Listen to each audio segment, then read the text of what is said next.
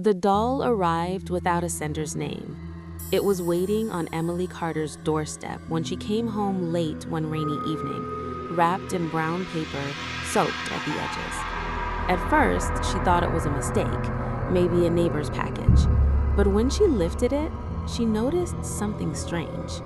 It felt warm. Emily lived alone in a quiet suburban town in Oregon.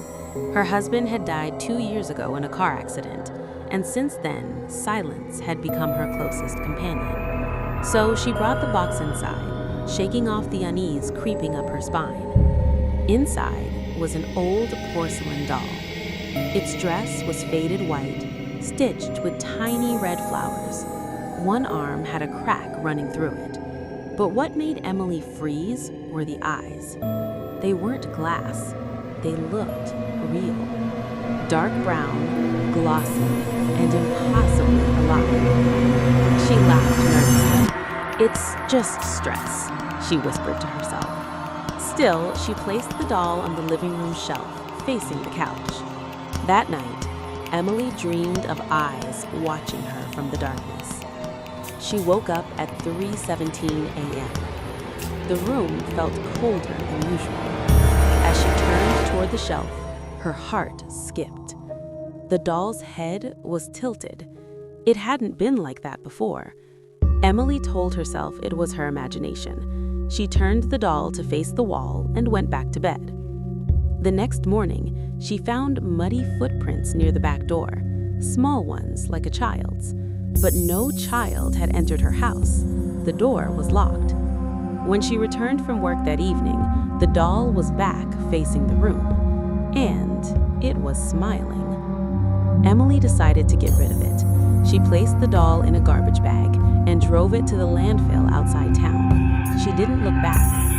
That night, she slept peacefully for the first time in days, until she heard a soft tap, tap, tap, tap, from inside her bedroom closet. Her blood ran cold. She opened the door slowly. The doll was sitting inside, legs crossed, eyes fixed on her. Emily screamed. The next day, she went to the town library searching for answers. An old newspaper article caught her eye. Local orphanage fire claims 12 lives, only one doll recovered. The photo showed the same doll. The article mentioned a little girl named Lillian Moore, known for carrying the doll everywhere.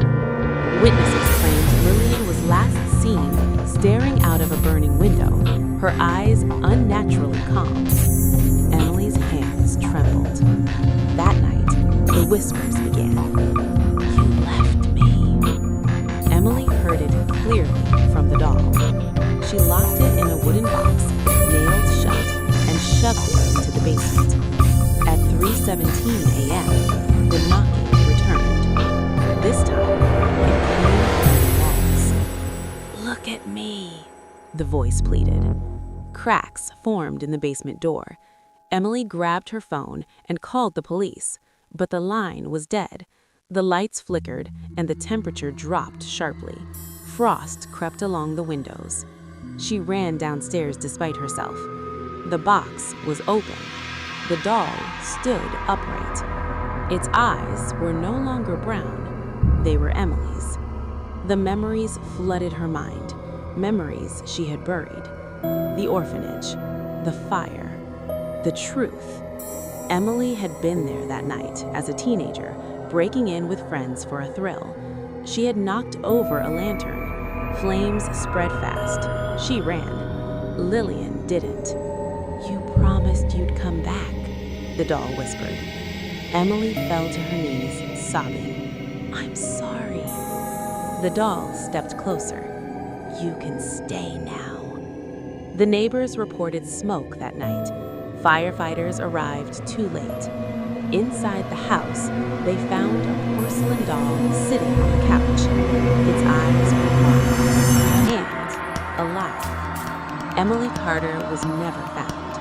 But sometimes, when the house is quiet, people passing by swear they see movement behind the window and two sets of eyes watching.